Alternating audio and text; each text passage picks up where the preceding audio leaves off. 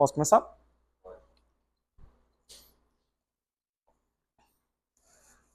Em toda a história da evolução, os seres vivos pluricelulares vieram de seres primariamente unicelulares. Então podemos dizer que a célula é a unidade funcional de todos os seres vivos na Terra. Essa célula pode se multiplicar de forma desordenada, sofrendo mutações genéticas e causando uma doença chamada de câncer. Além disso, a membrana dessas células possui propriedades bioelétricas que serão explicadas aqui e tem relação tanto com essa doença quanto com o exercício físico. Bom dia para vocês, meu nome é Nathan Aguiar. Vou apresentar trabalho de conclusão de curso intitulado Efeito do treinamento resistido no ângulo de fase em pacientes com câncer de mama durante quimioterapia neoadjuvante, um estudo piloto. Meu orientador, professor doutor Carlos Alexandre Vieira, e meu co-orientador, professor mestre Rafael Ribeiro Alves, e agradeço à banca, professor Marcelo, professor Cláudio, por estarem aqui presentes e terem aceitado o convite. Primeiramente, para introduzir esses temas, nós temos que elucidar alguns conceitos iniciais. Temos que entender o que é câncer, o que é o câncer de mama, o que é essa variável chamada de ângulo de fase, e como que o exercício físico, principalmente o treinamento resistido, impacta tanto na doença do câncer de mama, quanto no ângulo de fase.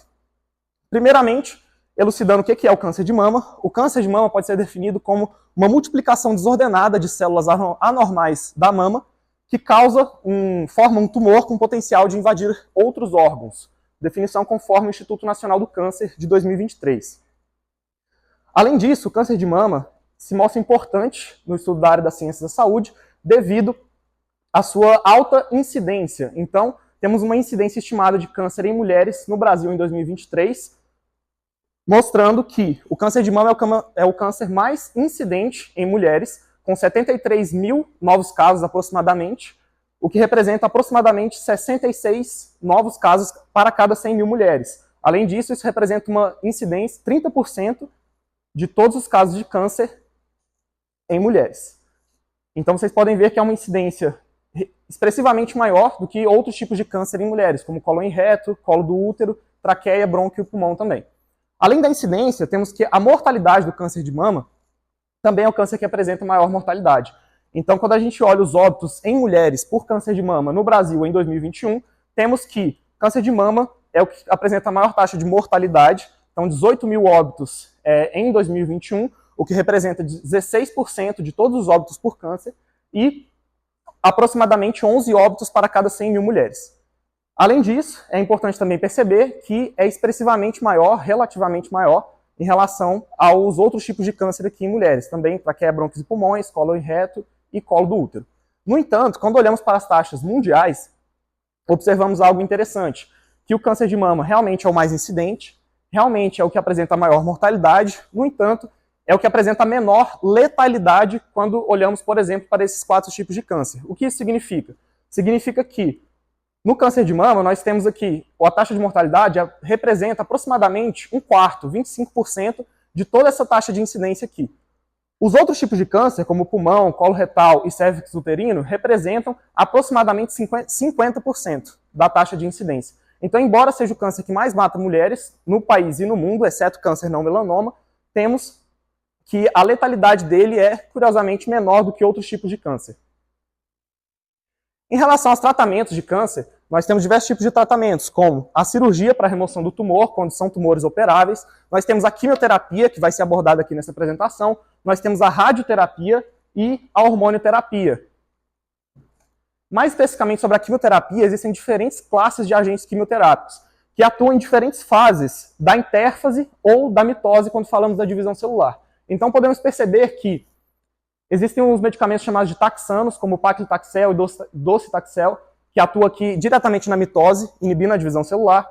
Nós temos medicamentos que atuam nas fases de replicação do DNA, crescimento celular, reparo para replicação, crescimento celular G2, que é onde a célula produz mais ATP para que consiga dividir, e diversas outras classes de medicamentos. Mas aqui eu quero destacar os medicamentos chamados de antraciclinas, como a doxorubicina, epirubicina e dactinomicina, que são medicamentos que apresentam diversos efeitos colaterais nas pacientes com câncer de mama durante o tratamento, tais como risco de doenças cardiovasculares aumentado, e esse é o principal efeito gerado pelas antraciclinas, que causam uma condição de cardiotoxicidade, Além disso, fadiga, ansiedade, náuseas, vômito, diarreia, irritação na pele, dores musculares, diminuição da densidade mineral óssea, linfedema, neuropatias periféricas e ganho de peso. Esse aqui também é muito importante, que na maioria das pesquisas não se observa uma melhora muito relevante na mudança da composição corporal com exercício físico, por fatores como orientação dietética e outros, mas a gente percebe que realmente a quimioterapia ela influencia sim, normalmente gerando um aumento do peso, aumentando as condições de sobrepeso e obesidade nas mulheres. Sobre a quimioterapia e essa variável chamada ângulo de fase. O tratamento quimioterápico impacta negativamente no ângulo de fase em pacientes com câncer de mama, e essa redução pode ser de 5 a 15% após completar a quimioterapia e parece persistir no longo prazo.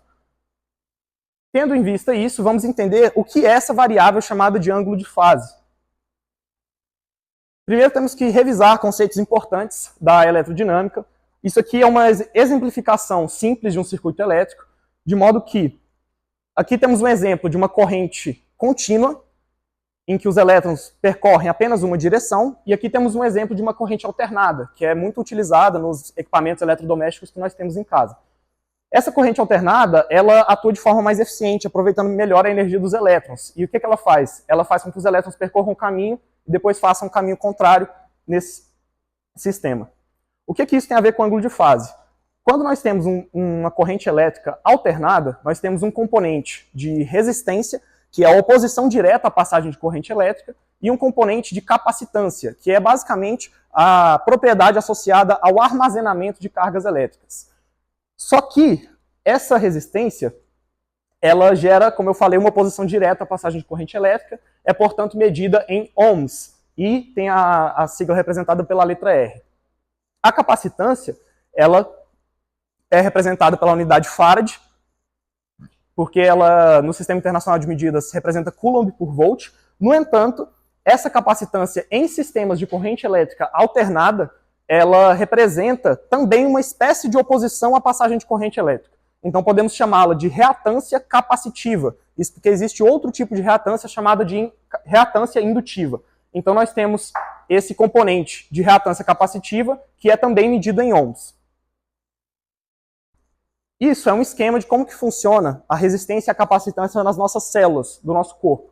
Então aqui temos um circuito chamado de circuito de Fick, em que existem dois condutores paralelos, que seria o meio intracelular, onde eu estou apontando, e o meio extracelular, sendo o meio intracelular mais concentrado de potássio, o meio extracelular mais concentrado de sódio. Eles são isolados por uma membrana celular, representada aqui pelo XC, que é o componente, exatamente o componente capacitivo. Então a membrana celular, ela tem essa capacidade de armazenar cargas elétricas, e ela apresenta, portanto, essa propriedade de reatância capacitiva. Vamos ilustrar melhor como que funciona isso em uma célula. Então aqui temos um desenho, uma ilustração de uma membrana celular que separa o meio intracelular e o meio extracelular. Quando nós colocamos aquele sistema anterior aqui, nós temos que o meio extracelular gera essa resistência, porque ele é mais concentrado dos íons sódio, que estão destacados em verde, e o meio intracelular também gera essa resistência, conduz a corrente elétrica, gerando essa resistência, mas ele é mais concentrado dos íons potássio. E aqui nós temos a capacitância, que é uma propriedade da membrana celular. Explicadas essas variáveis de resistência e reatância capacitiva, nós temos que o ângulo de fase ele é justamente essa relação entre reatância e resistência, e a soma, uma espécie de soma entre as duas, é o que nós chamamos de impedância, justamente porque impede, entre aspas, a passagem de corrente elétrica. E essa relação se dá por meio de uma relação que é semelhante ao Teorema de Pitágoras. Então a impedância, representada pela letra Z, a impedância ao quadrado, é igual a resistência ao quadrado mais a reatância ao quadrado. Dessa forma você encontra uma impedância, também representada pela unidade ohm, e aqui um ângulo de fase, que se forma entre esses eixos, e que é a variável que estamos estudando aqui. Então o ângulo de fase está relacionado com as variáveis de resistência e reatância, e que estão diretamente associadas à integridade da membrana celular. O ângulo de fase ele pode ser matematicamente representado pelo arco tangente da razão entre reatância e resistência, multiplicado pela razão entre 180 graus sobre π. Isso aqui significa o quê? Significa que nós temos arco tangente, significa qual é o ângulo, e portanto vamos achar o ângulo de fase, qual o ângulo cuja tangente vale reatância sobre resistência. Isso vai dar um ângulo na unidade de radianos, e para transformar isso para graus, nós temos a multiplicação de 180 graus sobre π. Essa equação aqui é a que permite encontrar o ângulo de fase, e é o que a bioimpedância utiliza para encontrar essa variável. Interessantemente, um estudo realizado por Gupta e colaboradores em 2008 recrutou 259 mulheres com câncer de mama e mediu o ângulo de fase dessas mulheres. Ele estabeleceu um ponto de corte que foi a média de 5,6 graus. E ele dividiu essas mulheres em alto ângulo de fase, que seria um ângulo de fase superior a 5,6 graus, e um baixo ângulo de fase, que seria um ângulo de fase igual ou inferior a 5,6 graus. Quando ele avaliou a curva de sobrevida dessas pacientes, o que ele pôde observar? Que essas mulheres com alto ângulo de fase, elas tinham uma sobrevida maior do que as mulheres com baixo ângulo de fase. Isso pode ser melhor representado por essa tabela, em que nós temos destacado o ângulo de fase menor ou igual a 5,6, a sobrevida média era de 23 meses, aproximadamente 2 anos. O ângulo de fase maior do que 5,6 graus representava uma sobrevida média de 49,9, aproximadamente 50 meses. Dá uma sobrevida maior do que 4 anos. Então a sobrevida no grupo com alto ângulo de fase era mais do que o dobro da sobrevida do grupo com menor ângulo de fase. E isso representou uma diferença estatisticamente significativa. Além disso, o exercício físico pode ser uma estratégia eficaz para aumentar o ângulo de fase. Isso quando falamos principalmente do treinamento resistido, pois ele aumenta a massa muscular, ele pode aumentar a razão entre água intracelular e água extracelular, então nós teremos mais água dentro da célula do que fora. Ele aumenta a densidade e integridade da célula e diminui a massa gorda. Assim, nós temos adaptações como a diminuição da resistência e o aumento da reatância, que vão promover, consequentemente, o aumento do ângulo de fase. Por outro lado, quando nós falamos da inatividade física, ela gera adaptações contrárias, como a redução da massa muscular, a redução da razão entre água intra e extracelular, a redução da densidade e integridade das células e o aumento da massa gorda, o que vai diminuir a reatância, aumentar a resistência e, consequentemente, diminuir o ângulo de fase. Então, dentro desse binômio entre o treinamento resistido e a inatividade física, que se enquadra o contexto dessa pesquisa, que é investigar o impacto do treinamento resistido no ângulo de fase em pacientes com câncer de mama durante a quimioterapia neoadjuvante. Para explicar melhor sobre a metodologia dessa pesquisa, precisamos explicar que ela faz parte de uma pesquisa maior. Então nós temos uma pesquisa ainda em andamento, que é um ensaio clínico aleatorizado controlado, que tem 3 grupos, que eu vou explicar mais à frente, um cálculo amostral que exigiu que houvesse 39 voluntários aproximadamente, e esse aqui é, na verdade, um estudo piloto com dados parciais dessa pesquisa, desse ensaio clínico randomizado, que ainda está em andamento.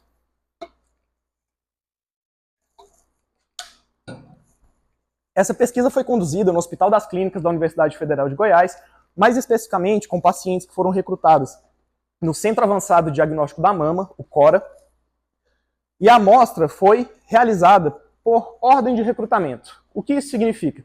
Significa que a primeira voluntária que chegou lá, ela poderia ser randomizada em treinamento resistido, treinamento combinado, que não está presente nessa pesquisa, mas que faz parte da pesquisa maior, e o grupo controle. Então precisamos explicar que existem ainda esses 3 grupos, mas aqui serão analisados apenas 2. Supondo que essa primeira voluntária foi randomizada para o grupo treinamento combinado, então ela vai fazer treinamento resistido e o treinamento aeróbio.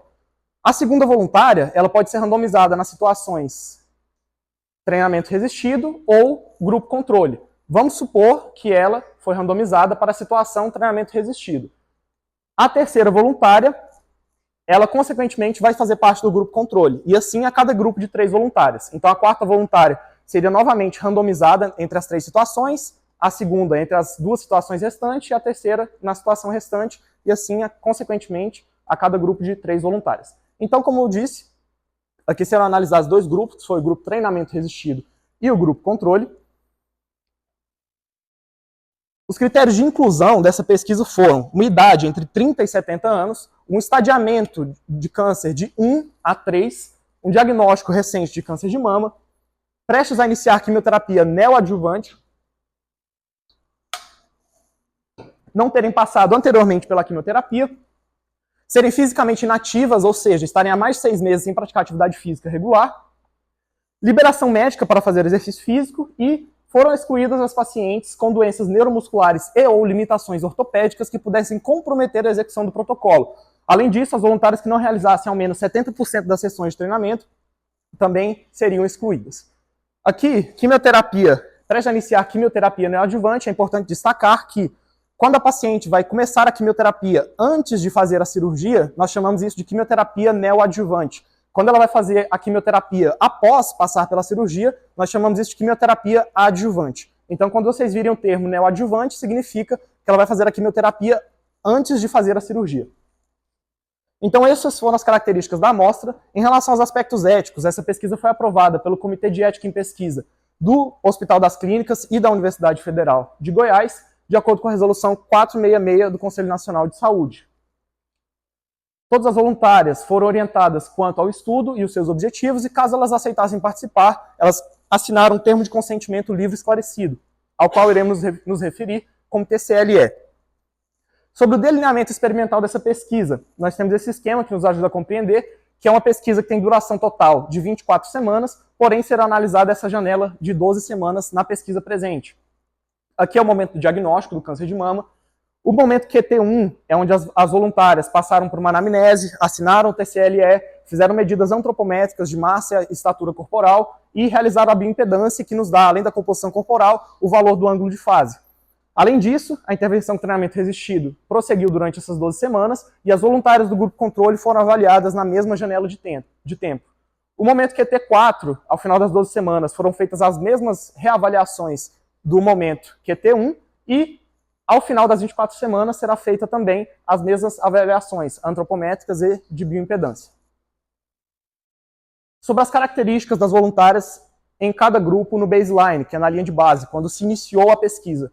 Nós temos 3 voluntárias no grupo treinamento resistido, 2 voluntárias no grupo controle. Os dados são reportados em média e desvio padrão. E nós temos aqui um teste T independente, mostrou que não havia diferença estatisticamente significativa entre as variáveis idade, massa corporal, altura, índice de massa corporal, ou IMC, e, principalmente, ângulo de fase. Sobre os dados antropométricos e a bioimpedância, nós temos o seguinte. Foi medida a massa corporal e a estatura corporal por uma balança digital líder e um estadiômetro modelo profissional SANI. Com base nesses dois valores, encontramos o valor de índice de massa corporal, com base na seguinte equação, representado pela sigla IMC, e a bioimpedância foi realizada como ilustrado na imagem. Em decúbito dorsal, com eletrodos posicionados nas mãos e nos pés, sendo que esses eletrodos eram, conforme ilustrado na figura, posicionados o eletrodo preto na parte mais distal e o vermelho na parte mais proximal. As orientações prévias em relação à realização do exame de bioimpedância foi não utilizar objetos metálicos, não estar em situação de hiperidratação, estar em jejum há pelo menos 8 horas, não ingerir bebidas alcoólicas ou com cafeína nas últimas 12 horas, estar com a bexiga vazia, não praticar nenhum tipo de exercício por pelo menos 48 horas. E em relação à quimioterapia neoadjuvante, que é o tratamento pelo qual esses pacientes estavam passando. A quimioterapia foi realizada com ciclos a cada 21 dias, aproximadamente 3 semanas, e foram 4 ciclos, o que resulta nas 12 semanas que foram avaliadas nesse estudo, utilizando medicamentos da classe das antraciclinas e também ciclofosfamida, que é um outro tipo de agente antineoplásico. Sobre o treinamento resistido,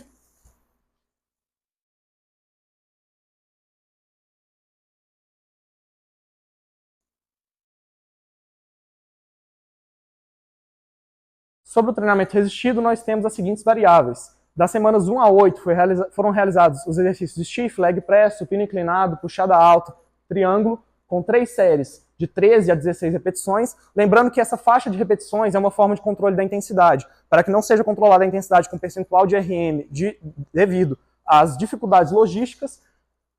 Esse método de controle da intensidade se dá da seguinte forma. Se a voluntária conseguir realizar mais do que 16 repetições, o peso é aumentado, e se ela realizar menos do que 3 repetições, o peso é reduzido.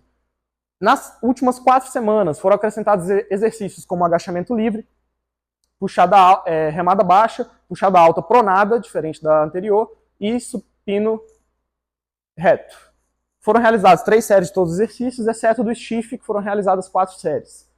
E nas últimas 4 semanas, progrediu-se para uma zona de repetições de 10 a 13 repetições, O intervalo começou com 1 minuto e 10 segundos e passou para 1 minuto e 20 segundos. Outras características relacionadas ao treinamento resistido. Cadência, foi utilizada uma cadência de 3-0-1-0, que significa que são 3 segundos para a fase excêntrica e 1 segundo para a fase concêntrica. E os números representados pelo 0 significam que não existia pausa entre a excêntrica e a concêntrica e entre a concêntrica e a excêntrica, respectivamente. A frequência semanal foi de 1 vez na semana, que difere da maioria dos estudos da literatura, que utiliza de 2 a 3 vezes na semana.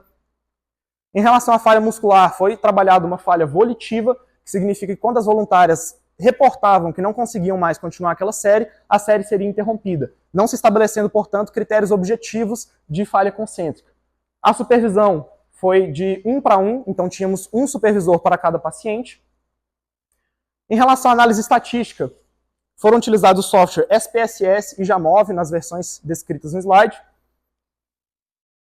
Foi realizado um teste de normalidade Shapiro-Wilk para verificar a normalidade dos dados e um teste independente para comparação dos grupos no baseline. E uma análise de variância, uma ANOVA 2x2, para comparar a variância das médias do ângulo de fase entre os grupos nos momentos pré e pós. Então essa foi a metodologia do estudo. Agora vamos aos resultados.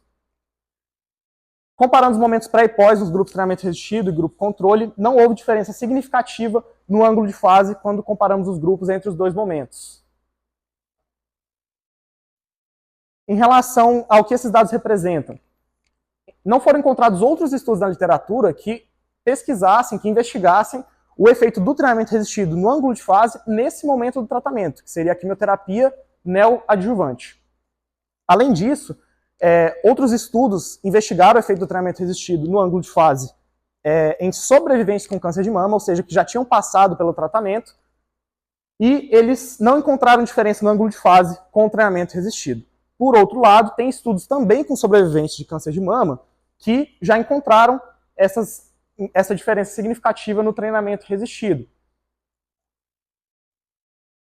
Essas inconsistências na literatura podem ser explicadas por frequência semanal. Alguns desses estudos tinham uma frequência de 5 vezes na semana, outros de 2 vezes na semana. O estudo presente, frequência de 1 vez na semana. Então, é difícil chegar a uma conclusão quando temos diferentes variáveis como essa. A duração da intervenção, então esse estudo teve 12 semanas, tem mais 2 dos estudos citados que teve duração de 12 semanas, outros tiveram duração de 24 semanas, 6 meses, e outro teve um estudo desses aqui que apresentou duração de 12 meses. Além disso, a maioria desses estudos utilizou o treinamento combinado, então além do treinamento resistido, foi utilizado o treinamento aeróbio como intervenção, portanto não podendo afirmar que a intervenção foi só pelo treinamento resistido ou só pelo treinamento aeróbio. Então teríamos ainda esse viés. Alguns desses estudos utilizaram orientação dietética, então deram orientações gerais para os pacientes em relação ao que eles deveriam se alimentar de modo geral, seguir uma dieta mediterrânea. Outros deram orientações mais específicas em relação aos macronutrientes, e isso pode influenciar no ângulo de fase.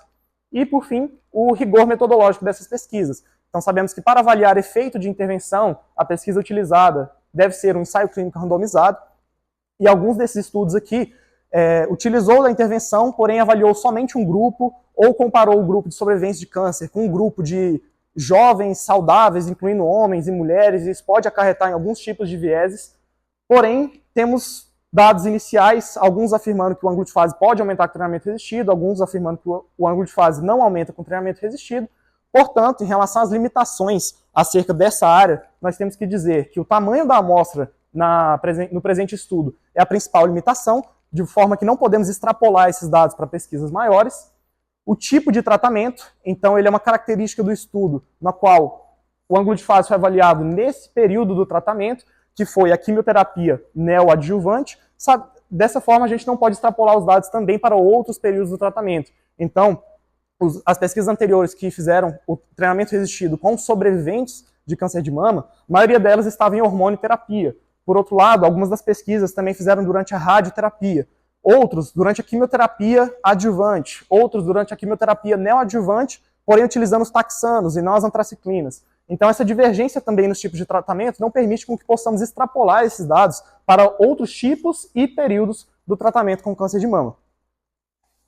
Em relação às considerações finais, temos que afirmar que Esse estudo ainda está em andamento, portanto, ao final da pesquisa, será possível chegar em melhores conclusões, com mais razoáveis graus de certeza, em relação ao impacto do treinamento resistido no ângulo de fase em pacientes com câncer de mama durante quimioterapia neoadjuvante. E outros futuros estudos devem avaliar o impacto do treinamento resistido em pacientes com câncer de mama durante outras fases do tratamento. Essa frase de Thomas Edison, que é o criador da lâmpada, diz o seguinte: eu não falhei 10.000 vezes, apenas encontrei 10.000 maneiras de como não criar uma lâmpada. Essa frase aqui tem relação com a ciência da saúde, no sentido de que, tão importante quanto encontrar as intervenções que são eficazes para determinados desfechos, é importante tanto quanto encontrar intervenções que não são eficazes para aquele desfecho. Assim, sabemos quais caminhos também não seguir. No entanto, será possível tirar maiores conclusões após o encerramento dessa pesquisa que ainda está em andamento. Eu agradeço a atenção de todos, agradeço a banca e guardo meus agradecimentos para após as considerações da banca.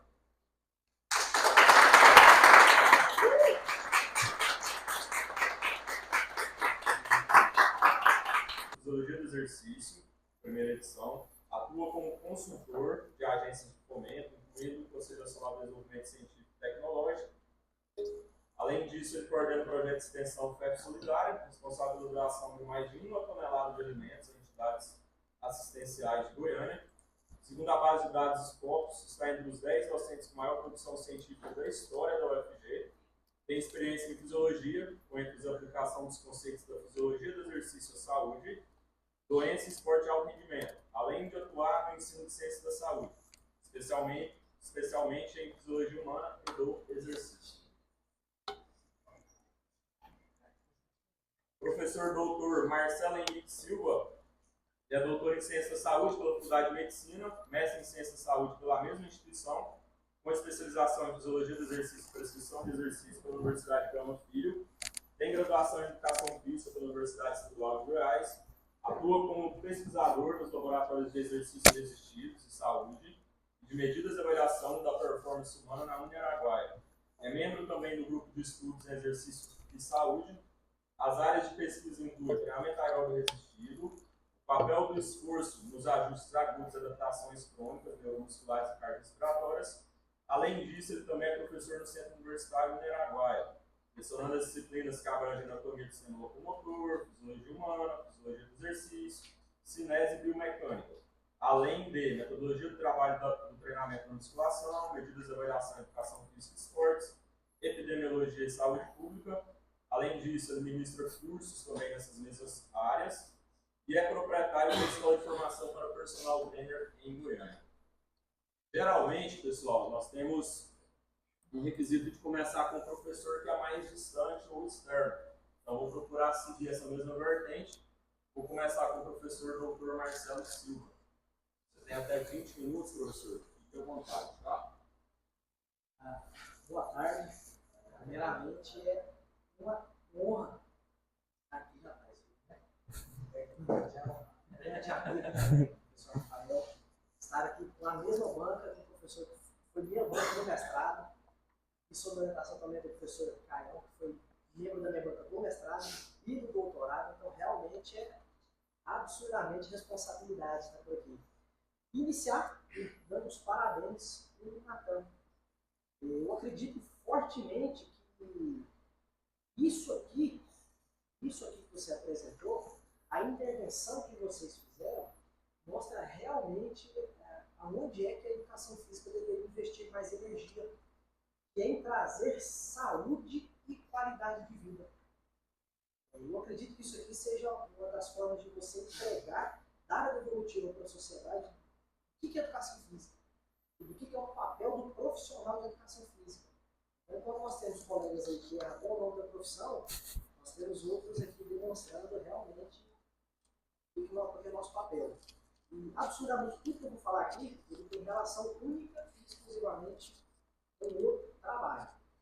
O objetivo meu aqui é tentar agregar alguma coisa ao trabalho que já foi fortemente orientado. Então, vamos começando aqui. Inicialmente, na sua introdução, você coloca coisas do tipo número de fase utilizado como indicador, aí depois vem. Bom, além disso, em mulheres, acho que não precisa colocar. Basta colocar da membrana das células em mulheres com câncer de mama. Precisa desse ponto. O objetivo, se inicia com, sendo assim, o objetivo, durante a escrita da minha dissertação na tese, o Paulo pegou muito no meu pé em relação a iniciar ideias ou iniciar frases com ando, indo e indo, sendo, fazendo, começando. Então, a sugestão seria, com base no que temos até o presente momento, o objetivo da literatura, o objetivo do estudo é só uma sugestão que eu coloquei aqui. Nos métodos, ainda na introdução, eu sugeri não detalhar tanto a questão dos exercícios. Por exemplo, 10 a 16 repetições de exercício com peso corporal, peso livres e máquinas. Eu acho que pode suprir isso aqui, pelo menos na introdução. Eu acredito que vocês vão tentar submeter, existe sempre uma contagem de palavras. Então, eu acredito que isso aqui possa ser deixado de lado se exceder o número de palavras. Se não, aí é critério de vocês mesmos sugerirem, tá? Se vão acatar ou não.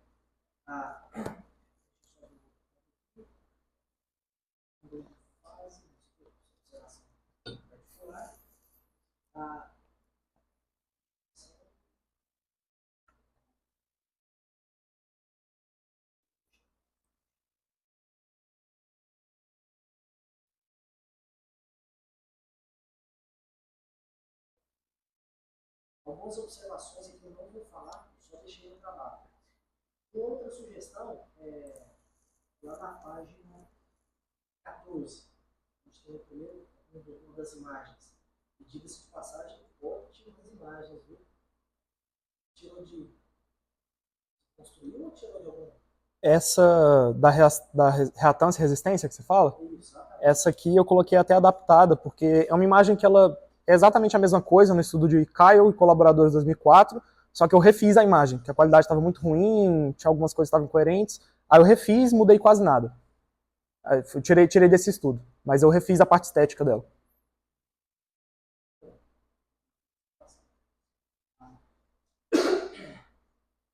Eu reescrevi um trecho aqui do seu trabalho, uma parte, aquele parágrafo do Gupta. Gupta e colaboradores avaliaram 259 pacientes com câncer de mama. Destas, 56 foram classificadas com câncer de mama no estágio 1. A minha sugestão foi de tirar os 2 parágrafos e condensar em apenas um. E você fez isso em algumas outras vezes no texto, deixar o mesmo trabalho que você citou, que você pensou, com 2 ou 3 parágrafos. Tentar colocar de forma mais direta. Depois eu vou trazer mais um outro exemplo aqui abaixo. Outro, nesse artigo, na página 16, você citou do Schmidt. Schmidt, pronuncia essa? Acho que é Schmidt. Schmidt. Sugeri que você colocasse aqui mais detalhado um pouco do como é que foi feito o protocolo de treinamento resistivo. Esse estudo aqui eu citei ele na introdução, mas ele também está no referencial teórico e na discussão, mesmo estudo. Aí lá no referencial teórico ele está mais bem descrito. Isso, mesmo estudo. Porque é importante as pessoas conseguirem enxergar como é que foi o protocolo de treinamento, porque evidentemente, como foi feito o protocolo de treinamento de força, afeta diretamente a magnitude dos ajustes, no caso de avaliação aguda, ou das adaptações clínicas esperadas. Inclusive, daqui a pouco eu vou falar um pouco do trabalho, do protocolo que vocês utilizaram e a forma que utilizaram para fazer o controle da intensidade e do esforço, levando em consideração que a gente já tem um pouco separado, que são distintos, intensidade e o esforço. A intensidade ela tem relação com o parâmetro mecânico, percentual de uma repetição máxima, e o esforço ele tem relação com o aspecto fisiológico em relação à intervenção já com o treinamento. É que nós podemos chegar ao esforço máximo com intensidade baixa e mesmo assim treinar com intensidade muito alta, 80 a 90% de uma repetição máxima, um esforço consideravelmente mais baixo. É possível fazer isso. Eu sugeri também nessa tabela 1 e 2, se quiserem acatar, claro, juntaram as duas tabelas e apenas aumentaram o número de colunas, caso achem interessante. Por exemplo, assim, casos novos, percentual, casos novos para cada 100 mil, aí depois já óbitos, percentual de óbitos e óbitos para cada 100 mil. Uma mesma tabela. Só para diminuir o número de tabelas também, por limitação. Tem limitação de pode existir 2 ou 3 tabelas, para você poder ficar queimando o número de tabelas que você tem com esses dados. Se quiser, juntar na mesma.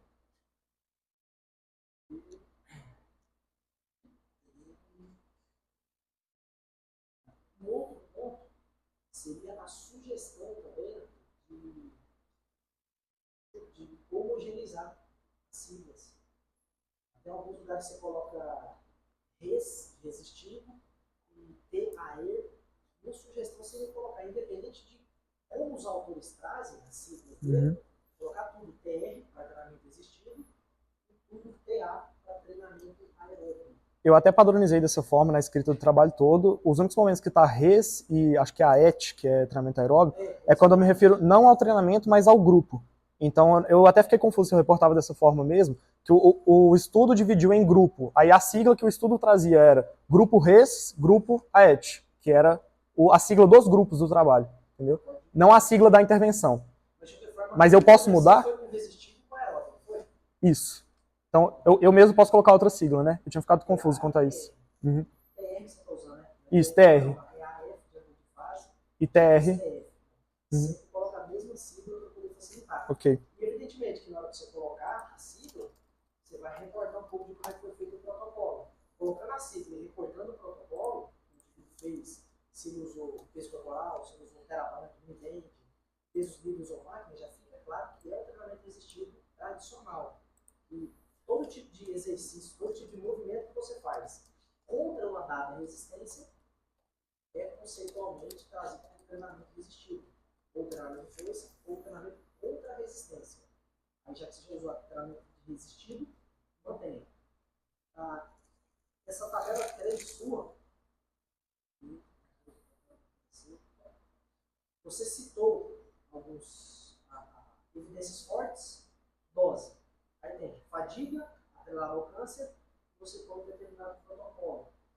Desses autores que citaram esse modelo de intervenção, eles falaram alguma coisa sobre percentual de uma repetição máxima, porque tem alguns autores que acabam associando o percentual de repetição com repetições. Tem alguns autores que trazem com percepção subjetiva. Eles falaram alguma coisa sobre qual foi o esforço utilizado nos protocolos deles? Essa tabela é adaptada da autora Campbell, 2012, e é, na verdade, se não me engano, salvo engano, é do American College of Sports Medicine. Então é uma sumarização de diversos estudos na literatura. Então não lembro de ver nessa... É uma espécie de diretriz. Eu não lembro de ver nessa diretriz percentual de um RM. Eles colocam aqui, por exemplo, intensidade moderada. Aí acho que, imagino, né, que seria 60%, 80% de um RM. E eu até conversei com o Rafael, tem muitos estudos na área do câncer. Eu imagino que porque são feitos por pessoas da área da medicina e não do treinamento, que confundem alguns conceitos muito básicos. Então tem estudo que eu olhei com câncer de mama que fala que o treinamento resistido foi feito com alta intensidade e está 70% de RM. Então eu encontrei essas inconsistências também. Mas especificamente nessa tabela eu não lembro de ter visto percentual de RM nessa diretriz.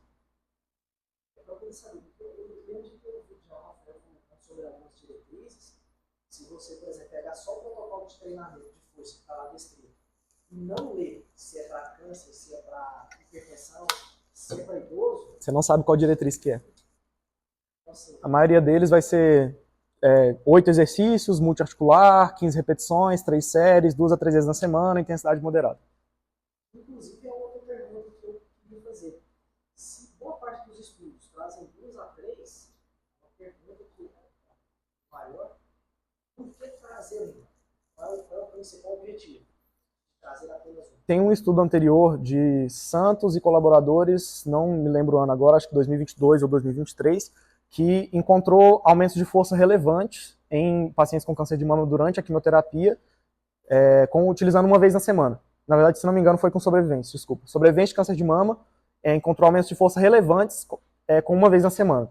Na discussão, eles comparam 2 a 3 vezes na semana E os aumentos em percentual, não dá para comparar dessa forma, que seria necessário uma revisão sistemática, uma média ponderada, uma meta-análise, mas quando eles comparam na discussão, os aumentos em percentual, eles são parecidos ou, uma vez na semana, chega a ser maior. Então, provavelmente, a hipótese que a gente tem no grupo de pesquisa é que a quimioterapia ela gera um estresse fisiológico tão grande que uma vez na semana é uma dose que se aproxima mais da dose ótima. Então, existe essa busca por dose mínima e 2 a 3 vezes na semana provavelmente foge dessa dose, inclusive por conta de coisas que às vezes não estão nos artigos, mas que a gente identifica lá no hospital, que a paciente faz a quimioterapia num dia, ela demora 3 a 5 dias para ela conseguir levantar da cama direito e conseguir lavar a louça. Então, ela precisa de mais tempo para recuperar e duas vezes na semana já se torna possivelmente inviável.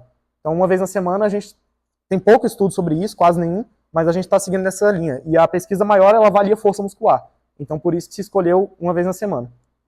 Isso é um ponto de extrema importância, extrema relevância, colocar isso aqui no trabalho, por que de uma vez por semana? Porque quando eu fiz o mestrado, o pessoal fazia 3 vezes por semana, 4 sprints de 30 segundos.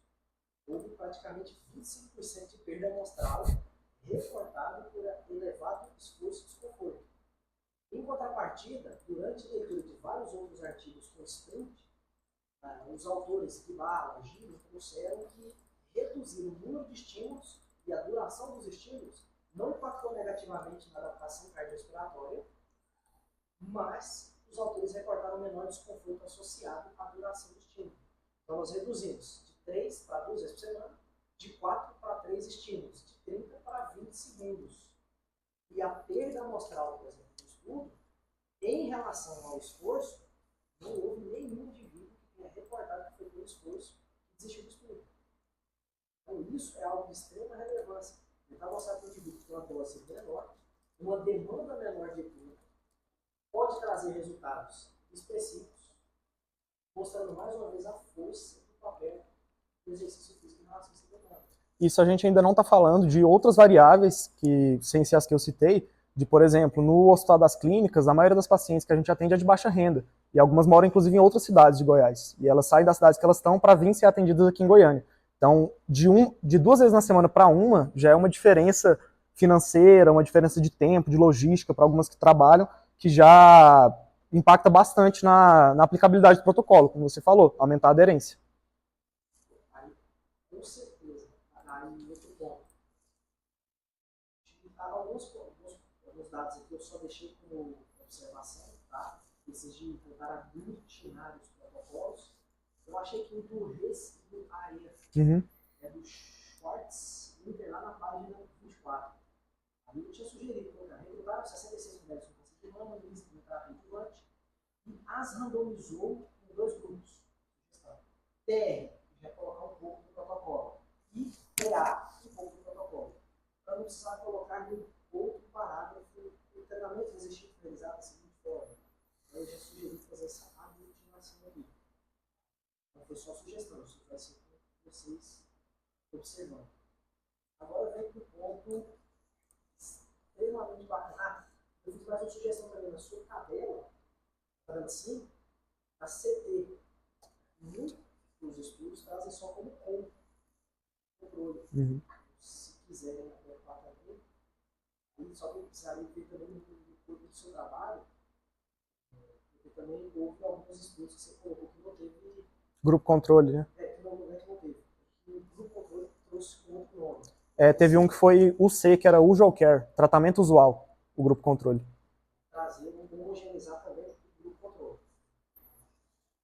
Com relação aos critérios de inclusão e exclusão, você colocou o critério de exclusão do estudo foram presença de doença neuromuscular e ou limitação ortopédica. Não sei se os professores concordam comigo, mas eu colocaria com critério de inclusão ausência de doenças neuromusculares para poder dar um pontapé. Eu não colocaria a presença da doença como critério de exclusão, eu colocaria a ausência dela como critério de inclusão. E a não adesão a 70% das sessões como critério de exclusão. Não sei se os professores concordam, mas aí também é contigo com os orientadores. E uma penúltima pergunta. 70% das sessões de treinamento desistiram. Qual foi o público que os colaboradores tinham no trabalho? Não tenho certeza, mas, se não me engano, foi um estudo que já avaliou com homens, jovens e saudáveis, se for o estudo que eu estou pensando. Que isso difere do estudo, sim. E não é questão. A pergunta foi que muitos estudos trazem adesão de pelo menos 85%. Uhum. Aí eu queria saber se a escolha da adesão de 70% ser um pouco menor a adesão, as sessões, foi justamente em relação à limitação, o deslocamento. Foi por isso que eu quis saber se o estudo já tinha trazido um público. Na verdade, o de Lee foi com pacientes com câncer de mama. Pacientes com câncer de mama, e foi treinamento intervalado de alta intensidade. Sensacional. É isso que eu estava na dúvida, não sabia. Agora, para finalizar aqui, a minha fala. Planejamento e treinamento exigido na tabela 6. Semanas 1 a 8 tem stiff, leg, supino, inclinado, puxada alta, triângulo. Aí está 13 a 16 repetições. Durante a sua fala, você falou que colocou margem de repetições, porque a logística de fazer teste de força, ou prescrever com base no percentual do RM, acabaria sendo prejudicada. Só que é por outro motivo, que, na verdade, de acordo com o Vogel, de 1990, ele mostra que no supino, com 80% de RM, as pessoas fazem em média de 11 a 12 repetições. E que varia entre treinados e sedentários, né? E homens e mulheres. Não, varia entre homem treinado, homem destreinado, homem treinado, mulher treinada, mulher treinada, mulher destreinada, mulher destreinada, homem destreinado, e varia entre todos os exercícios. O mesmo grupo do supino fazia 11, na mesa flexora 7, e no leg press 22 repetições, com o mesmo status de treino, o mesmo sexo, o mesmo percentual de RM. Eu lembro que eu até assustei quando vi esse estudo, que, se não me engano, as mulheres no leg press com uns 30% de RM fizeram 126 repetições. É uma diferença absurda. O pessoal prescreve, o pessoal realmente consegue. Então, acredito, dentro do que eu já li de treinamento de força, que essa aqui seja realmente a forma mais interessante de se prescrever. Não conseguiu atingir nem o piso de 13, diminui a resistência, diminui o peso, ultrapassou a margem superior, aumenta a quantidade de peso, independente do percentual de RM. Eu acredito nisso, isso é um ponto importante. E a última pergunta aqui em relação à tabela ainda, qual foi o motivo de 2 exercícios para peitoral inclinado e supino reto? Já ter aumentado esse, em relação ao número de exercícios, ter aumentado de peitoral, em relação aos demais. Teve algum motivo específico ou não? Se a gente pensar no motivo cinesiológico, o supino inclinado, 45 graus que a gente utilizou, ele tem uma maior atividade eletromiográfica das fibras claviculares do peitoral maior e uma maior participação do deltoide para a realização do exercício.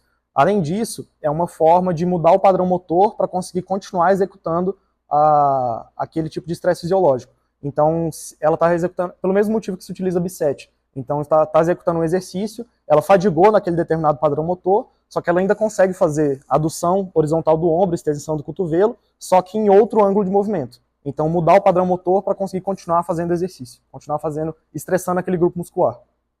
E a dinâmica é 30, 44, 45 graus, mais ou menos, a questão da parte muscular. É exatamente isso. Assim, eu acredito que seja interessante, enriquecedor. Eu acredito que seja interessante recordar isso no trabalho, justificar. Acredito, não sei se vale. Talvez isso aqui na hora de submissão não tenha relevância, mas talvez no TCC seja interessante, se os professores procurarem. Então, eu encerro aqui a minha fala, as demais sugestões que eu fiz são de ordem de organização, nomenclatura, eu coloquei no próprio grupo de trabalho. E, mais uma vez, meus parabéns, eu agradeço a possibilidade de compor a volta de tamanho. Obrigado, professor. Alguma pergunta, Nathan? Não. Obrigado pelas considerações, professor. Fizeram algumas considerações, Marcelo, sobre os pessoal, tá? O parágrafo para agregar o espaço, separar, nós estamos utilizando aquele conceito antigão do amor. O parágrafo poderia ter entre 6 ou 4 linhas. Então, a gente separar com um parágrafo muito grande ou tentar resumir. Essa é a justificativa. questão de logística, escritos, missão de listas, dados, sobre as tabelas juntas, com certeza nós vamos avaliar as siglas corretas também. Em relação à frequência, de uma vez na semana, tem várias outras justificativas que podemos uma vez na semana. Alguns dias atrás, nós inclusive tivemos praticamente um aceite de duas recomendações. Escreveu eu, o Caio e o Paulo, sobre pacientes com câncer durante a quimioterapia. Um dos fatores que nós realmente discutimos bastante foi o volume de treino. Geralmente, para a população que não tem câncer, não está com a quimio, a progressão do volume ao longo dos primeiros meses, treinamentos, primeiros anos, ela é razoável até necessária para se ter resultados positivos na progressão corporal e afins. Na área do câncer durante a quimioterapia, nós encontramos um custo. Quando o volume é alto, a frequência é alta, os resultados, por exemplo, na composição corporal, eles são negativos. Então, nós fizemos essas recomendações, que é um processo de aceite, nas próximas semanas vai ser aceito. Então, uma vez na semana, além da frequência que pode ser suficiência e ter uma adesão maior, que é outro fator também, os estudos internacionais reportam para você ter uma ideia da existência de até 55%. Tá? 55% durante a quimio. Com frequências maiores, de 2, 3 vezes na semana. E o nosso, até o momento, está acima de 90% a adesão. Então, está bem acima. Não adianta ter um bom protocolo, se ninguém vai fazer. Sim, exatamente. Então, o volume, juntamente com a frequência, isso vai escolher uma vez na semana. Claro, também com os estudos prévios do professor Carlos Alexandre, com o Manuel também. Os critérios de inclusão comporta, antigo, da adesão está respondido, de 70%. Inclusive, ela está maior, a literatura é menor. A alteração dos exercícios, nós temos um protocolo de 24 semanas, então são 6 meses de treinamento. Na literatura, para vocês terem uma ideia, não tem nenhum estudo a nível mundial, não que eu tenha lido, o Caio, nenhum outro pesquisador com essa mesma duração. Na área do câncer, especificamente, não existe. É a primeira pesquisa com 24 semanas. Nós teríamos que tentar encontrar literatura, papers que também têm um período razoável. Porém, não são da área do câncer porque não tem. Existe um do Radaeli, não sei se você lembra dele, de 2014, que compara dois grupos fazendo 4 séries e 12 séries. Ao final, nas primeiras semanas não tem diferença nos grupos, para hipertrofia muscular. Na 13ª semana começa a aparecer a diferença. Na 24, que são 6 meses, o volume maior realmente foi superior. Então, acrescentar outro exercício para tentar aumentar o volume de séries dentro do que é previsto da literatura para o câncer de mama, eu achei viável, principalmente por alterar o padrão motor de movimento. Um plano diferente, um eixo diferente, consequentemente, você consegue treinar com intensidade muito próxima do que foi o primeiro exercício. Considerando que, obviamente, o espinho tem a maior participação do deltoide e do tríceps, especificamente, o reto sempre teria uma capacidade maior, o peitoral maior de contribuir também no movimento. Essa é a justificativa. Bem? Então, professor Cláudio Lira, doutor Cláudio Lira, pode ficar à vontade com suas considerações. Professor. Obrigado, professor Rafael. Boa tarde. Boa tarde, professor. Boa tarde, Lídia. Paciente também. Obrigado aqui por estar estudando a nossa curva. Bem-vindo à nossa faculdade, à nossa universidade, tá bom? Natan, na verdade eu tenho poucos comentários, né? Alguns deles já foram sanados aí pela sua discussão com o professor Marcelo. Primeiro assim, gostaria de dizer com tranquilidade que a sua apresentação que você fez está de 10, grande parte dos alunos de pós-graduação desta universidade. Recentemente eu fui de uma banca de qualificação de mestrado, um programa de pós-graduação aqui da FG. A qualidade dos slides ruins, a apresentação, a pessoa estava lendo, ela copiou simplesmente o que estava na dissertação, jogou nos slides. Eu falei isso no meu momento de arguição, né? Então, a sua postura, o seu preparo, a qualidade gráfica do seu material, né, já te posiciona, sem sombra de dúvida, aí na frente de 95% dos nossos alunos de pós-graduação, mestrado e doutorado, né, quiçá da graduação. Então, te parabenizar aí pelo esforço. Obrigado, professor. Né? E depois eu vou falar mais um pouquinho sobre essa questão do esforço, né, do preparo, que você mostrou aí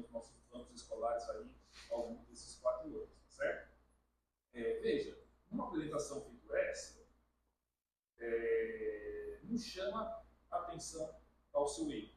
Então, por exemplo, você começou a ter dificuldade com o controle. Segue o jogo, entendeu? Provavelmente nem iria perceber que o controle não estaria funcionando, né? Ou então ele fica antes, né? Para antes, faz o teste antes, né? Para não passar nenhum tipo de sufoco, tá bom? O que eu também achei estranho na sua aula é que você começou falando da questão de células, de organismos pluricelulares, para depois falar do seu tipo. Né? Então, para mim, ficou um tanto quanto descontextualizado. Coloca dentro da sua apresentação. E a apresentação começa depois que você anuncia o título do seu trabalho, tá bom? Só uma sugestão também. Frente a isso, né, já foi justificado, né, mas essa questão de justificativas, dos protocolos, do público-alvo que foi selecionado para o estudo, ela é sempre bem-vinda. Né? Então, por exemplo, por qual motivo justificar a escolha de um treinamento uma vez por semana? Já está justificado.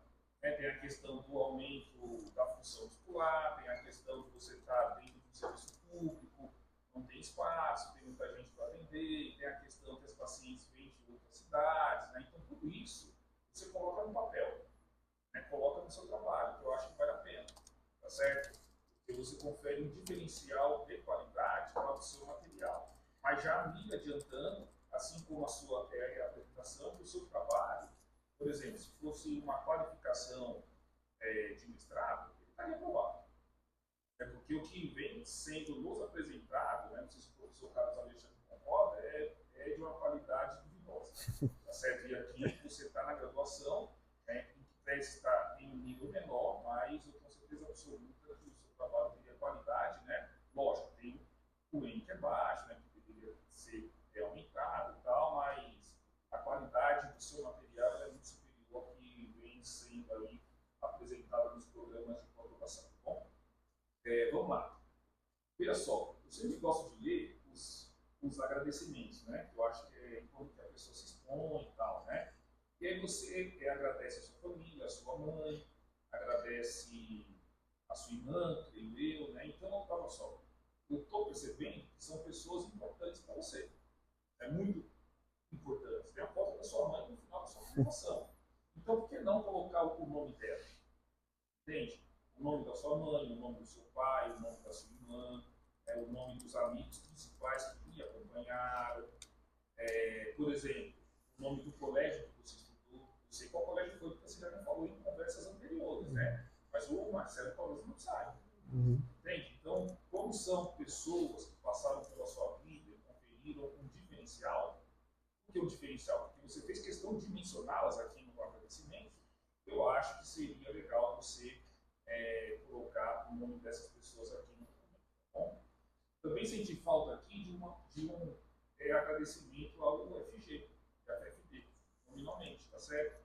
E também ao HC, tá certo? Eu acho que valeria a pena você pensar sobre isso, tá bom? No resumo, o Marcelo já fez algumas considerações, mas tomar cuidado no seguinte sentido, olha só. No português, a gente não começa uma sentença, uma frase com número. Então, por exemplo, aqui nos métodos, 5 mulheres diagnosticadas com câncer de mama. Põe uma expressão antes. O que eu coloquei aqui para te ajudar? Depois eu vou te mandar, tá? Um total de 5 mulheres diagnosticadas, tá certo? Então, não é comum começar uma frase com numeral, certo? Nos resultados do resumo, por exemplo, coloquei aqui, mas é galho fraco de quebrar. Você fala do ângulo de fase, mas esqueceu de colocar a unidade de medida, em grau, tá certo? Vou colocar isso, eu deixei marcado aqui para você, eu vou te mandar. Na introdução, de uma maneira geral, ela está bem escrita, considerando ali a sua etapa de formação. Eu só tenho algumas coisas, talvez, para tentar pensar junto com você. Em que pese a credibilidade, os profissionais que formam ali o INCA, eu acho que a melhor referência para a definição de câncer não é o INCA. Você entende a diferença? Pensa ao contrário. Será que um pesquisador de fora do país, para definir câncer, utilizaria o INCA? Seria da OMS, professor? Melhor? Ou então de alguma sociedade científica da área de Oncologia, né? É uma sociedade científica internacional. Uhum. É uma sociedade científica, né? Mas nacional, tem a sua relevância, a sua qualidade, não estou discutindo isso. Né? Por quê? Porque quando eu vou na sua lista de referências, e aí também te parabenizar por isso, eu acho que quase a totalidade das referências que você cita são referências internacionais. Referências publicadas em revistas na língua inglesa. E aí, voltando e comparando você com os nossos, com alguns pós-graduandos, né? Não são os que estão aqui, os que já passaram por aqui, no caso do Marcelo. Mas, recentemente, tive uma banca de qualificação, mais de 90% publicado em revista nacional de Letrec. Então, não tem espaço mais para isso. É totalmente inadmissível. E aí você mostra o contrário. Né? Então, as pessoas têm condições. Porque, olha só, se um aluno da graduação consegue fazer, da pós-graduação tem que fazer. Entendeu? Não tem muita negociação. Né? E aí, só para pensar, entendeu? Talvez pode deixar aí o INCA, mas coloca mais uma referência. Né? Será que foi somente o INCA, lá do Brasil, eu pensando como um pesquisador de fora, que falou a definição de câncer? Talvez não, né? Com certeza não. Mas, quando você fala de critérios epidemiológicos dentro do Brasil, aí, sem sombra de dúvida, que o INCA é a melhor referência. Certo? Daí você não tem. Beleza? Vamos lá. Tem algumas coisinhas aqui que eu deixei para você ver. Mas assim, em linhas gerais, quando você fala dos estudos, em grande parte do que você descreveu, eu sinto falta da conclusão. Então, qual que seria a sequência? Fala dos autores, investigaram tal assunto, né, os objetivos. Quais são os métodos? Para tanto, recrutaram X mulheres em tratamento de câncer de mama, encontraram X e concluíram Z. E nessa conclusão te falta, entendeu? Então, por exemplo, olha só, vai na página. Deixa eu achar aqui.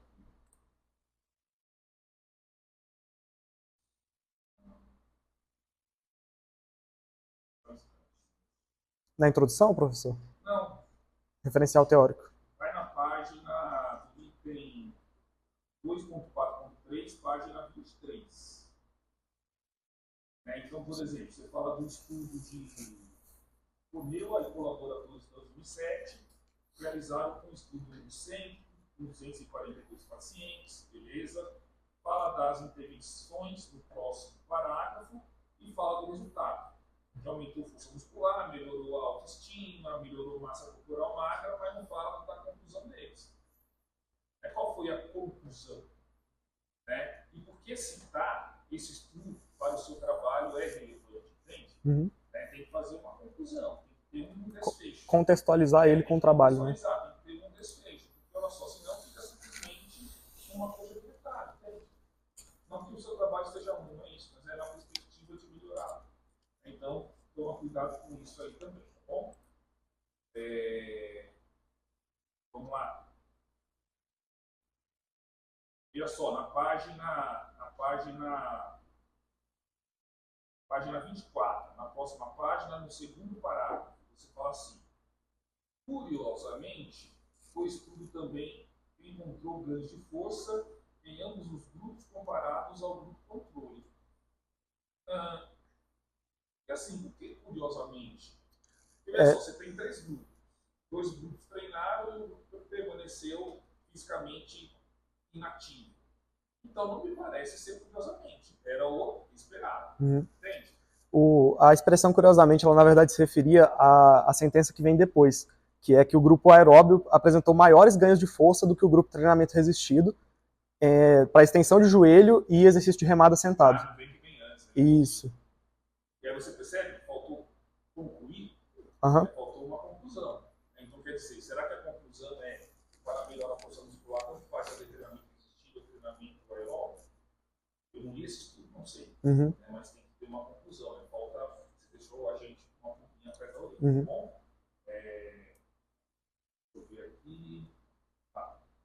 E aí veja, é aquela questão de padronizar, né?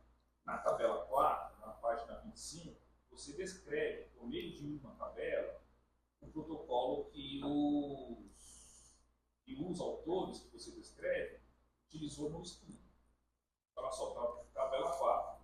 Prevenção no treinamento existido, adaptado de Strandberg e colaboradores 2021. Aí eu fiquei pensando, caramba, qual a particularidade que esse estudo tem que mereceu do Natan destacar o protocolo desses autores por meio de uma tabela, entende? Uhum. Aí eu queria saber de você. Esse foi um estudo, na verdade, que é o estudo que o professor Rafael comentou, que o nosso grupo de pesquisa escreveu uma carta questionando algumas coisas desse estudo, porque as variáveis que eles utilizaram para pacientes com câncer de mama tem algumas inconsistências, tem algumas coisas que merecem algumas críticas, e não sei, eu acredito que é um estudo que tinha algumas particularidades na periodização do treinamento que eles fizeram, e eu achei que ficou mais claro visualizar isso por meio de uma tabela do que de uma escrita. Aí eu pergunto para o senhor se você acha que fica melhor.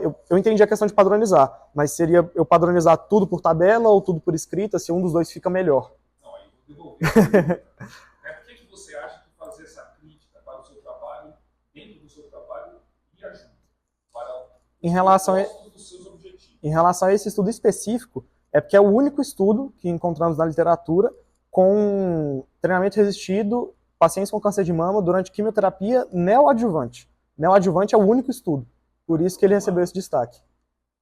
Mas você fala isso no texto, o estudo do Strandberg e colaboradores é o único estudo, salvo o melhor juízo, que investigou treinamento resistido. Não coloquei. Então você me deixou a pé. Você tem uma informação que o leitor não sabia. Né? Entendi.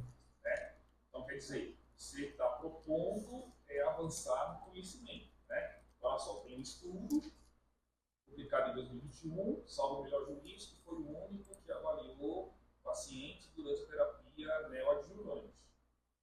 Então nós vamos dar uma avançada por investigar o ângulo de fase. Por quê? Porque tem estudos anteriores mostrando que essa medida pode ser um critério prognóstico. Você entende? Uhum. A diferença de falar? Contextualiza com o trabalho. Você contextualiza. Então, vamos só isso. Vamos lá. Tem uma parte aqui, por exemplo, é o jeito de escrever. Quando o Marcelo fala, olha só, tem gordura, né, doendo, talvez não precisa. Tem uma parte aqui que eu deixei marcada, eu não vou procurar para a gente não perder tempo, mas você fala assim, fulano buscou investigar, não, vai direto. Investigou, né? Fulano investigaram, fulano e colaboradores investigaram, fulano investigou. Por que buscar? Você percebe que é uma gordura no texto que não ajuda, certo? Certo. Com relação à formatação, né? Por exemplo, na página 25 ainda, você coloca assim, capítulo 2, metodologia. Será que precisa desse capítulo? Dessa palavra? Será que precisa, né, quando você fala do resultado da discussão, colocar ali capítulo 3? Eu tiraria. Tem um aluno meu, o Nicolas, que vai apresentar amanhã, e colocou isso. Então quer dizer, tem alguém que está errado. Ou é você que você assim. Tem alguém aí que vai ganhar o show de orelha. Professor, os tópicos, no template que eu peguei no site da FFD, os tópicos estavam assim. Não, mas eu confesso que eu também não gostei dessa formatação. Porque, por exemplo, o tópico 3 é capítulo 2. Então, eu não gostei. Eu coloquei para seguir a formatação que está lá, mas eu tiraria também. Eu acho que eu tiraria. Então, coloca só 3 e metodologia, né? Porque assim, não faz sentido. Sim, concordo. O capítulo 2 tem que é a revisão da literatura? Isso, referencial teórico. Referencial teórico, né? Assim, vou ser sincero com vocês. Eu já falei isso várias vezes, eu tenho dificuldade de falar da introdução, de falar dos objetivos, depois voltar a falar da introdução. Para mim, o referencial teórico é a introdução. Eu tirei essa dúvida, inclusive, com o professor Caio, porque eu fiquei confuso quando eu fui escrever também. Eu não fui treinado para isso, eu posso melhorar, né? Tem as minhas limitações, mas tá bom, segue o jogo, né? Se é lei, a gente vai seguir, né? Nós somos legalistas, então a gente vai seguir aquilo que o curso pede. Tá, e aí quando você fala da metodologia, falou do local, onde foi realizado, falou dos critérios de inclusão e de exclusão, já foi até comentado pelo meu colega, Marcelo, falou da ela 5, e o que eu senti falta? Da composição corporal. Você fez a bioimpedância, não fez? Falou resistência de força. Porque provavelmente você deve ter feito algum teste de força, Sim. né? Como que a gente chama isso na ciência? De controle positivo. Você submete participantes a uma determinada intervenção, que nesse caso é o treinamento assistido, e você vê de fato que o treinamento surtiu efeito. Por exemplo, melhora da força muscular, melhora da massa muscular, caso você tenha avaliado, melhora da resistência muscular, e você não apresenta. Entende? Não sei se tem esses dados, né? Não sei se vocês estão fazendo só medida pré e pós, né? Considerando que é o projeto guarda-chuva, né? O tempo 0 e o tempo de 24 semanas, né? Não sei se tem um tempo de 2 semanas, mas eu acho que valeria a pena colocar, porque você mostra que em que pese a força muscular ter aumentado, o ângulo de fase não se modificou. Então, talvez, uma vez por semana não seja suficiente para ver benefício no ângulo de fase, entendeu? Certo. Tem esses dados? Tem. Eu acho que valeria a pena colocar. E aí, quando eu vou lá nos seus anexos e apêndices, eu vejo que você tem questionários ali que podem trazer resultados valiosos. E até como um treinamento para a graduação. Por exemplo, você tem ali no final características socioeconômicas das mulheres. Tem a raça, tá certo? Tem muita coisa ali naquele questionário. Aí eu fico na dúvida o seguinte: será que para o seu treinamento não valeria, não tivesse valido a pena? Eu acho que agora já foi, né? Eu não estou sugerindo que você o faça.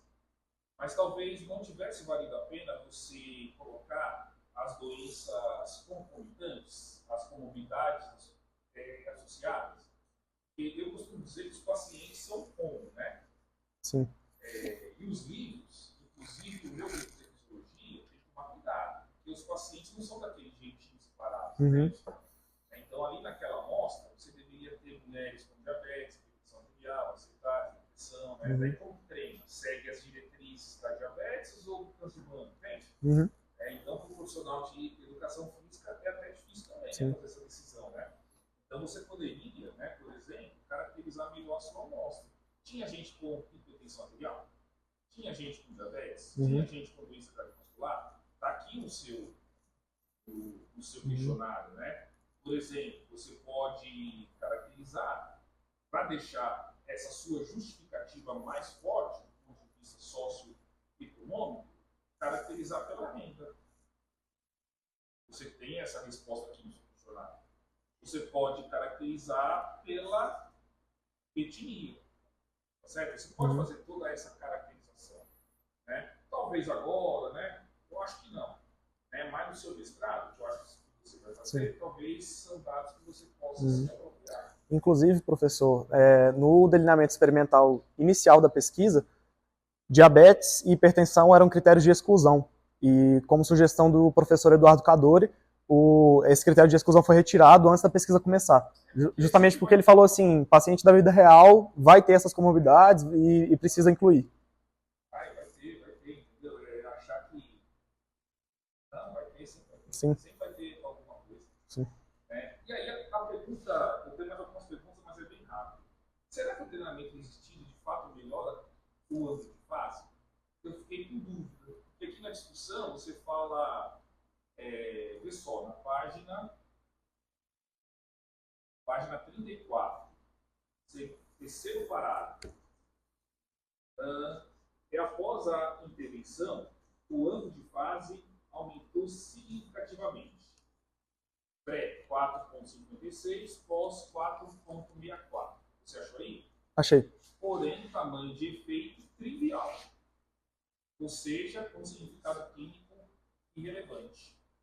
Aí eu fiz uns cálculos pelos trabalhos que você apresenta no referência ao biólogo. Aí, por exemplo, tem um estudo lá que o ângulo de fase não aumentou 5%. Entende? Sim. Será que o treinamento resistido de fato melhora o ângulo de fase de maneira clinicamente relevante? E aí, quer ver? no seu referencial teórico, você fala que pessoas saudáveis têm ângulo de fase que varia de 4 a 10 graus. Certo. Você falou isso, você colocou aqui, Uhum. eu li. E aí, quando eu vejo a média das participantes do seu estudo, estão dentro dessa faixa, de 4 a 10 graus, entende? Então, eu fico pensando, será que o treinamento resistivo, de fato, melhoraria o ângulo de fase em pacientes em tratamento com câncer de mama? Em relação à faixa de 4 a 10 graus, a referência que eu utilizei lá, se não me engano, foi Baumgartner, 1989. Eu referenciei da forma que ele coloca lá. Indivíduos saudáveis varia de 4 a 10 graus. Mas eu também me questionei porque, por exemplo, tendo em vista aquele estudo do Gupta como fator prognóstico, abaixo de 5,6 não dá para ser considerado saudável porque está em categoria de risco. Então, eu coloquei da forma que está no artigo, mas eu também acho que pode não ser a mais coerente. Mas olha só, a minha pergunta tem relação com isso, mas não é só isso. Será que o treinamento de força melhora o ângulo de fase? Por exemplo, será que se eu quiser melhorar o prognóstico das pacientes e medir isso pelo ângulo de fase, será que o treinamento de força é uma intervenção consistente? Eu acho que até mas por outras medidas, não pelo ângulo de fase. Entende a diferença? Entendo. Tem um estudo aqui da Stefani e colaboradores 2017, que ele foi o que eu achei com um pouco mais de rigor metodológico, que ele comparou um grupo controle e um grupo que fez a intervenção com ângulo de fase e foi durante 12 meses. Então acho que o tempo de intervenção pode influenciar bastante também. Que o grupo controle, no momento T0, o ângulo de fase era 5,9. E foi, no momento 6 meses, foi para 6, no momento 12 meses, continuou 6. Então o grupo controle era 5,9 e não alterou. O grupo intervenção, ele no momento T0 era 5,4, no momento T6, 5,7 e no momento T12, 5,9. Então ele começou em uma categoria de risco, abaixo de 5,6, e terminou numa categoria não considerada de risco, com base naquele estudo, que foi acima de 5,6, que foi 5,9. E além disso, foi 5,9, que foi igual ao grupo controle no momento T0. Então, eu enxergo a relevância clínica dessa forma. No final dessa intervenção, era de 5,9 graus, final de 12 meses, que era mesmo sem diferença com o grupo controle no momento T0, que eram indivíduos saudáveis. Aí, isso, no estudo que eu encontrei aqui, eu não encontrei ele fazendo análise estatística para encontrar essa diferença, e eu vejo isso como uma fraqueza metodológica. Ele fez uma nova de medidas repetidas, grupo controle, T0, T6, T12. E depois, grupo intervenção, T0, T6, T12. Mas não comparou um com o outro. Que eu lembro de ter visto lá, não, mas eu posso conferir. Sim. Com certeza.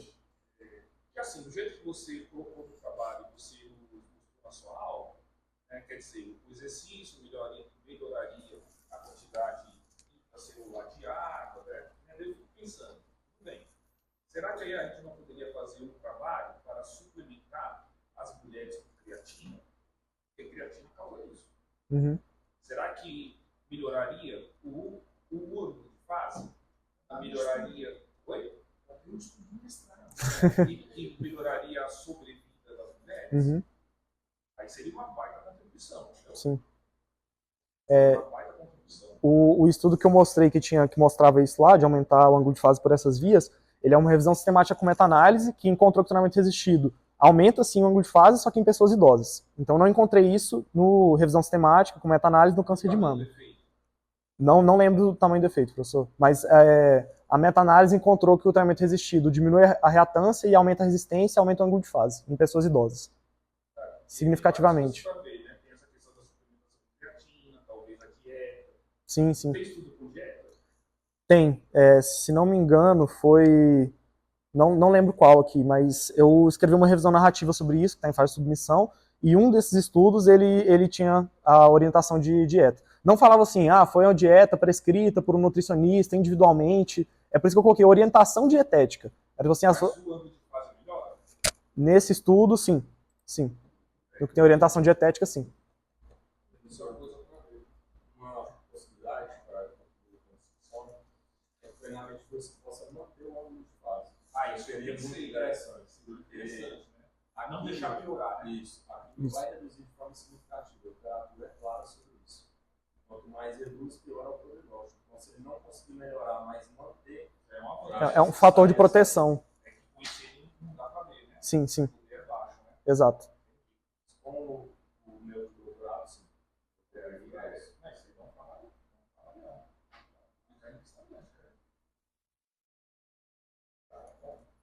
Ok, Natan.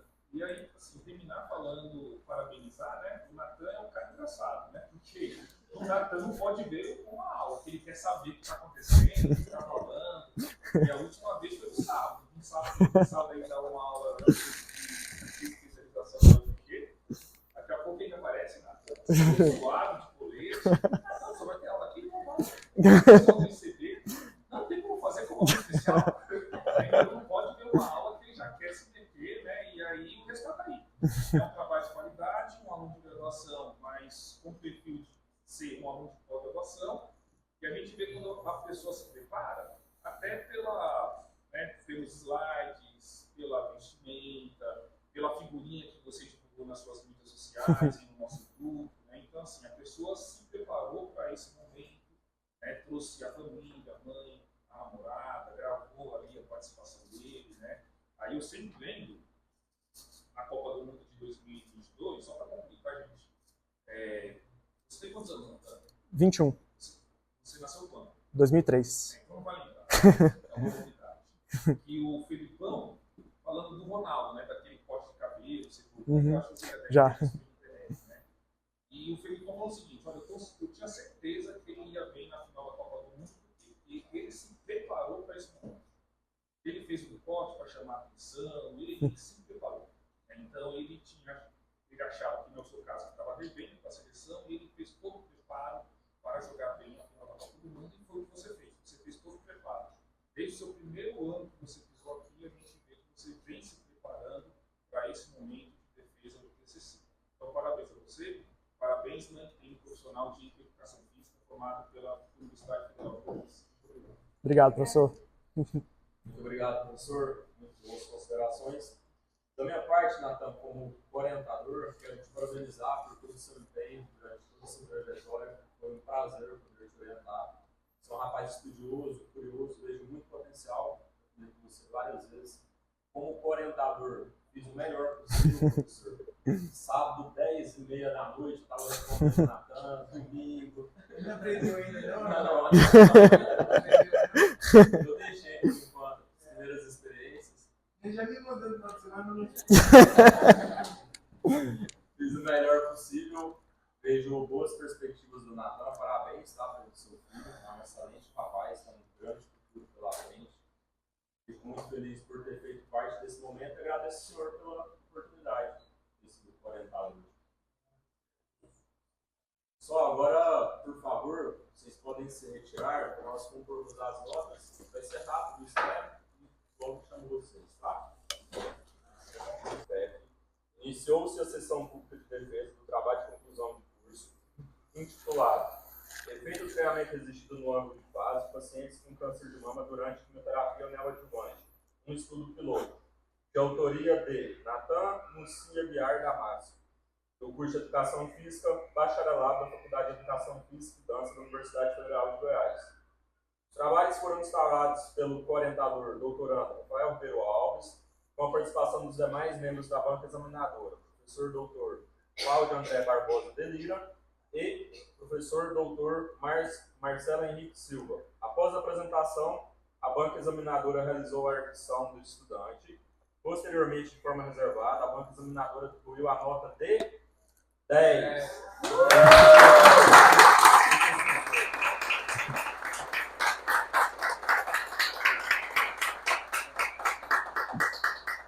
Os resultados dos trabalhos vão ser encerrados após a fala do professor Natan, agora, e também do professor Dr. Carlos Alexandre Vieira.